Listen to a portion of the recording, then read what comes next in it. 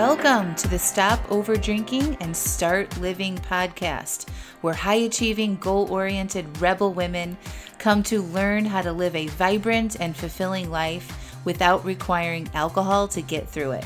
No labels, no judgments, no saying you'll never drink again. Just real proven methods to help you stop rebelling against yourself with alcohol so you can drink less and do more. I'm your host, Angela Mascenik. Let's dig in.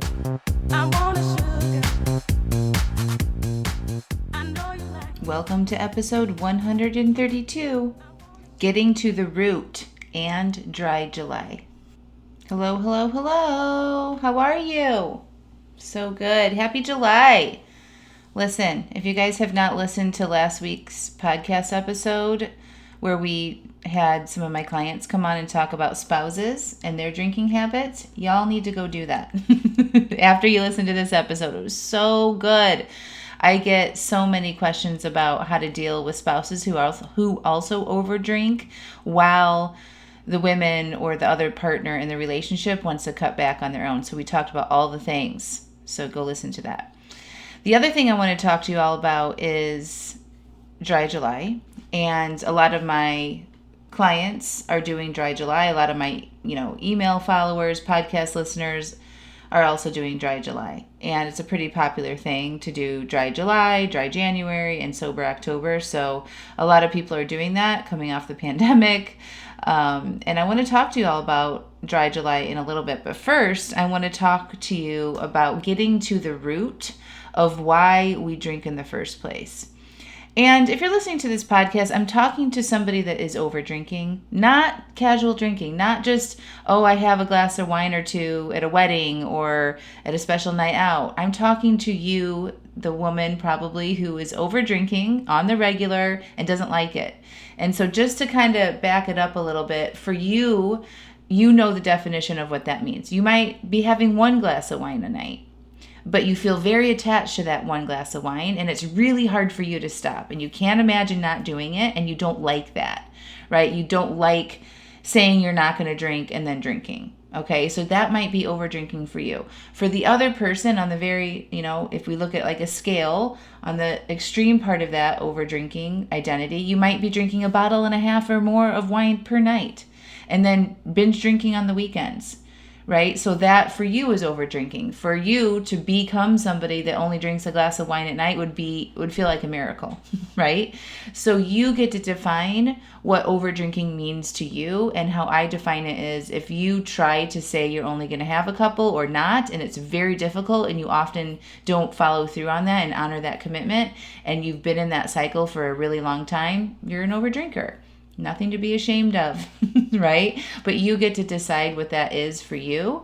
And this podcast helps those people. If you're listening to this podcast and you don't identify as being somebody that overdrinks, you're welcome to listen to it. Of course, it's really not about the alcohol, right? It's about all the other things in our life that create the need to drink. And that's exactly what I want to talk about and illustrate today is getting to the root of why we are overdrinking. I got some urgent Facebook messages last night, and it just says, I need your help. Please respond. And I get these emails a lot too. It's like, I need your help. Please help me. And listen, I'm all for helping all the people. But you guys, when I get those urgent messages, you all want me to tell you what to do. You want me to give you some magic solution in actions that you can take that will help you stop over drinking. And the biggest action that we do is just stop over drinking. Just stop, right? Then end of podcast, end of all advice, end of everything. But you know that doesn't work because you've tried that before. You said, I'm just going to stop drinking or stop over drinking. And that might work for a day or two or even 30 days or longer. But you haven't addressed why you're drinking in the first place. So it's very easy to go back into our old ways. Okay, so I'm talking about getting to the root. If I just tell you all, okay, this is what you need to do. You need to stop drinking, drink extra water, keep yourselves really busy at night, find friends that don't drink, right? Like those are action things. And of course, part of what I teach my clients is things that they can do to support themselves in their lifestyle choice of being somebody who isn't an overdrinker. But we don't do that until we get to the root of why we are over drinking in the first place. So to remind you all of this model that helped me stop over drinking, lose weight, create my business, improve my relationships, everything that I've accomplished in my life, I've used the same model. It's called the thought, feelings, and action model, okay? So the action, and I'm going to display this and demonstrate this in reverse. The action is drinking, eating, not drinking, not eating, right? Avoiding, doing things like that. Those are actions that we take or don't take. Those actions are fueled by our feelings that we have, such as anxiety, stress, love, happiness, joy. Those are all feelings that either fuel our action of drinking or not drinking. And our feelings are created by how we think. So what are we thinking about our work that makes us feel stressed, that then drives the action of drinking? What are we thinking about our relationships that makes us feel resentment, that drives the act of drinking? You guys following me here? So it's not about telling you what to do to stop drinking or to write out how many drinks you should have on a given night. We have to get to the root of why we are doing that anyway, and it's always this thought and feeling combination. Our thoughts create our feelings, and our feelings drive our action, okay? So a thought is, he pisses me off, or why don't they take out the garbage, makes us feel angry. Okay, so there's a sentence in our brain that makes us feel angry. And that anger is a feeling that we have. It's a vibration in our body. Okay, it's a physical representation of a thought. He makes me so mad. Okay, and that anger drives the next thing that we do. Okay, so if you feel angry, what do? Right? You might slam a cupboard door. You might go avoid. You might go hide in your room. You might go grab a cocktail. You might pour an extra glass of wine. You might go into the bag of chips. You might yell. Okay, those are all actions that we take. Now, if I tell you in this example, okay, I'm going to help you stop drinking or stop over drinking, and in the actions, you're just not going to drink. You're still left with your thoughts and your feelings. So you're still having the thought, he makes me so mad, and now you're just left with your anger. What do we do with that? Right? So you walk around kind of exposed to how you think and feel about all the areas in your life, and you've taken away your wubby, which is the food or the alcohol, to ignore that. Make sense? So if I just tell you to stop drinking, you're just walking around feeling miserable most of the time, right? You don't even know what to do with yourself. So we force ourselves to not drink, or like, no, I'm not drinking. If you're doing dry July, or you say you're not going to drink during the week, and you force yourself to do that, and it feels very hard. Okay? It feels like you're white knuckling, like you're resistance, like it's willpower, right? And that's uncomfortable. And that's also exhausting. Like, we don't have an unlimited supply of willpower or resistance. So after a given amount of time, we just get sick of that, and we haven't cleaned up any of our thoughts and learned how to feel our feelings, and we go back to our old ways after something like dry July or dry January, or just not drinking Monday through Thursday. You guys following me here? So that's not what I help you do. I help you get to the source, get to the root of why you are taking the action of the drinking in the first place. And we always have to look at what we're currently thinking and what we are currently feeling in the different buckets of our lives. Okay? Good. That's just sort of like a basic overview of how I help you. I coach you. So then once we see what we're currently thinking about the different areas of our lives and how that creates our feelings and how those feelings drive our actions of drinking, not drinking, eating, not eating, whatever, then I can coach you on coming up with different thoughts, or teaching you how to feel your feelings and acknowledging your feelings and processing those feelings so that you interrupt that automatic process of taking that action of trying to escape your feelings. Okay, so that's exactly how I help. I help you identify the root by getting aware of your current thinking and teaching you how to feel. That's exactly what we do inside my 6-month program, Stop Over Drinking and Start Living. Okay, we get to the root. Every month you have a workbook that exposes what you think and feel. And once you get aware, this is the awareness part, then we can fix it. If you don't get aware of that stuff, then you can't fix it. You're just, remember what I said earlier, you're left with what you feel and the disappointment about some of the things in your life, and you're going to go back to your old ways. So every month inside the program, you have a workbook where we kind of get aware and get conscious of what we're thinking about different areas in our lives. We learn how to feel, we learn how to self-coach, we learn how to change our thoughts, and then you have me coaching you on a pretty high frequency basis along that path so that I help you accomplish your goals, and we make goals together, and by a certain time you have reached those goals and you've changed the way you've thought and felt about these areas in your life so that you don't need alcohol or food to make your life better or to escape your life. Okay?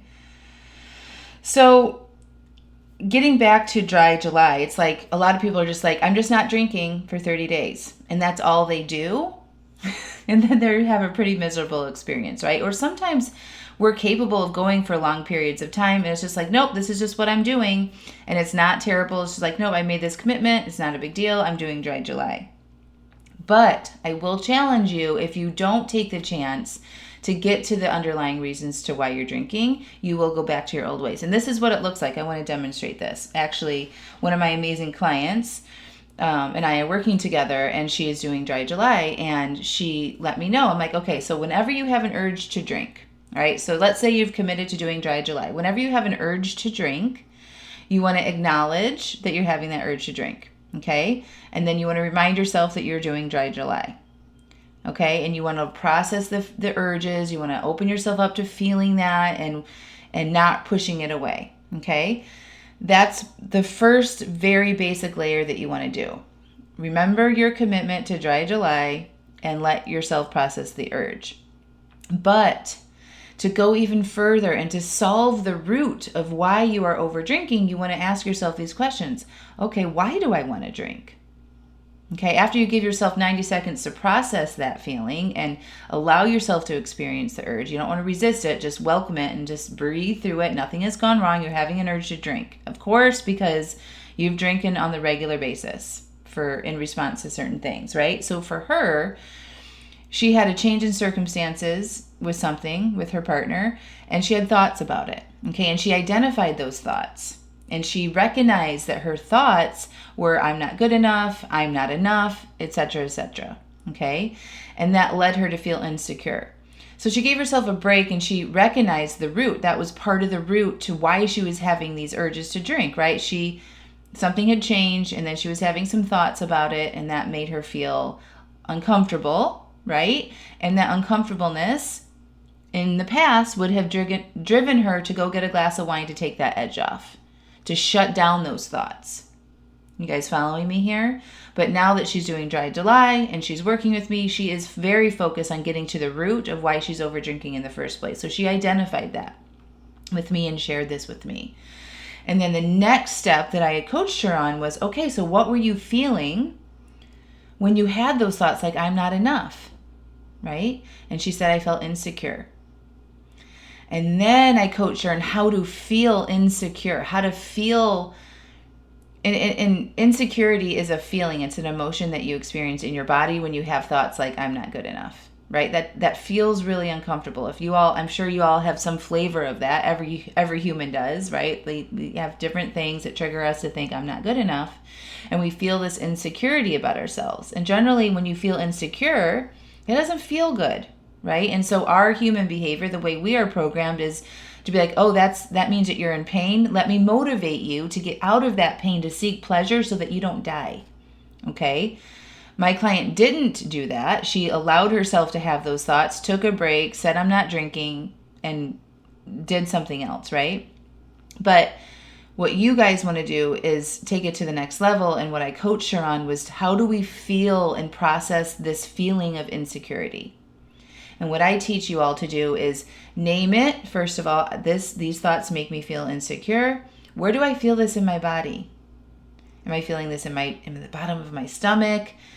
Is it in my chest? Is it in my face? Where am I feeling the vibration of insecurity? Because remember, feelings are just physical representations of our thoughts. So where do you feel the thought of, I'm not good enough? Okay? And you ask yourself those questions and you breathe into it and you relax your body into those areas where you feel that feeling. Okay? And then once you go through that process, you're like, okay, I identified the root to why I wanted to drink. And now I process that feeling of insecurity. I learned something about myself and how I think in response to these certain situations. and I solved my own problem.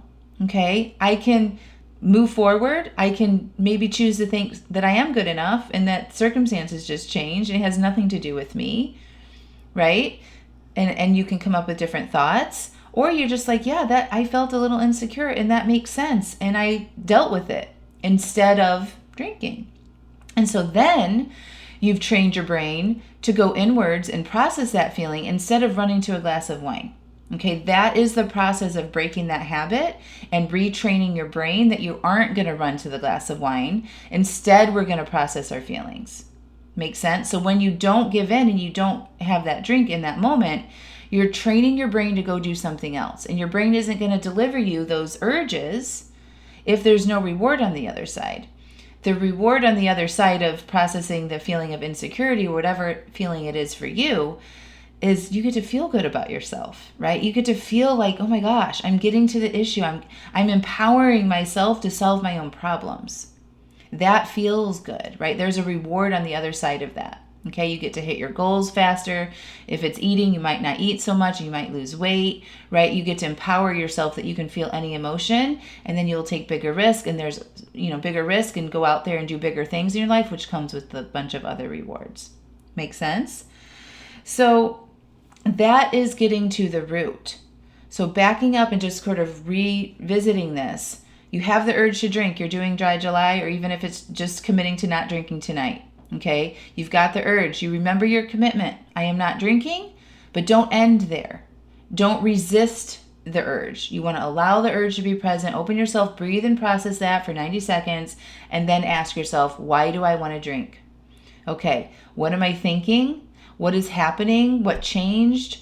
Right? Look at those thoughts, identify what feeling that thought is creating for yourself, and then learn how to process and feel that feeling. Then you get to make a decision. I can either change my thoughts or I'm good. I want to keep thinking whatever it was that I was thinking. You have the power to decide, but in that process, you have gotten to the root, you've learned how to process your feeling, and you are changing your brain's response to alcohol, and this is where the permanent changes come in. All right, my friends? So that's what I've got for you today. Remember that it's just not about making the goal of not drinking. That's what everybody wants to do. I just don't want to drink. And you got to be willing to get to the root of why you're drinking in the first place. And that's what our thoughts and our feelings are. And when you can get that combination clear and apparent to yourself, or with a coach or somebody else that you can run this stuff through and talk through, then that's when you make permanent changes with your relationship with alcohol. And I'm all here to help you do that. And I will give you some of the how after we get aware of what we're currently doing inside of our minds and our emotional well-being. All right, my friends, I love you all so much. Click the link through the show notes. Come on, get your applications in to join the program. It's a bunch of beautiful, amazing, high-achieving women that are dedicated to solving why we're over drinking in the first place, and their lives are dramatically changing right before their eyes. It's super fun, super encouraging. Highly recommend that you guys get in there, get your applications in. Watch those 3 short videos that are there on that page, and we will reach out to you if you're a good fit for the program, and we'll set up a call between you and me. We'll talk through it, and we'll get you all signed up and ready to go. All right, my friends, have a beautiful week. Talk to you soon. Bye.